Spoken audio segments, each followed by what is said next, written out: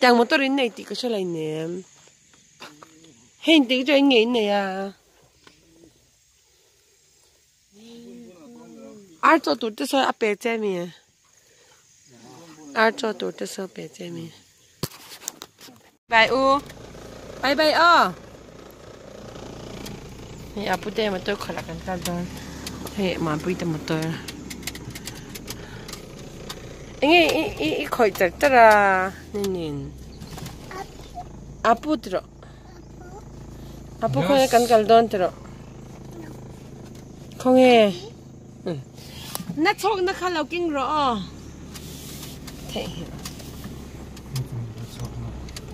Lai khô, nói khô. Thì lai về là khi đến tế cho con cao. Cao đòn. Nên mẹ ta sẽ có ngã rồi. Mẹ ta lộp con khá, bà khá tế tế tí ăn khăn. À cũng lấy lắm tí ăn khăn.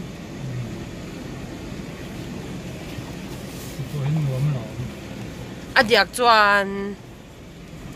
À phát nói về khen ngալ.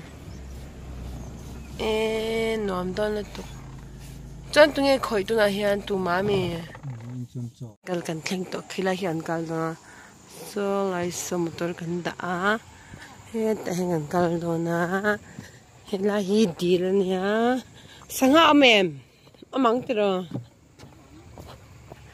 So tại cần gal đó na. So tại sao.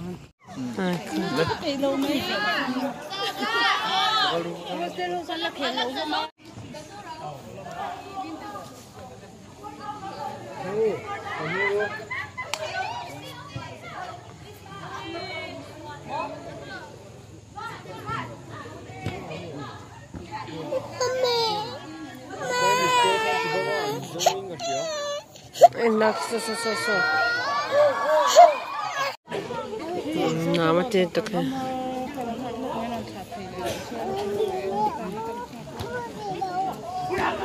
Apa dia mo? Thầy lòng mua. Cần với khát cần na nha. Nó mati ni hi. Một chút này.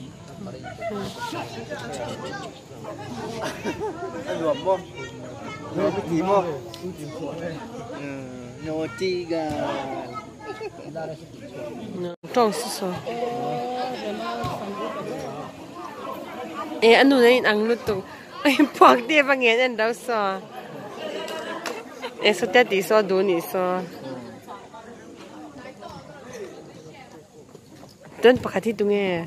Hey!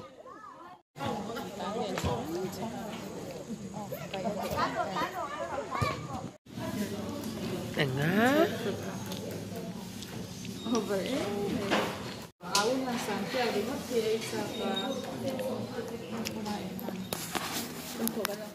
Hit lại kia, proof. Bye. Nó xì rồi, cái lâu cái gì? Bye thì là cái món lâu cái rồi xem. Tôi kiếm. Sura kan bye tesin. Ini sudah hier om baka. Ai vin me via boy.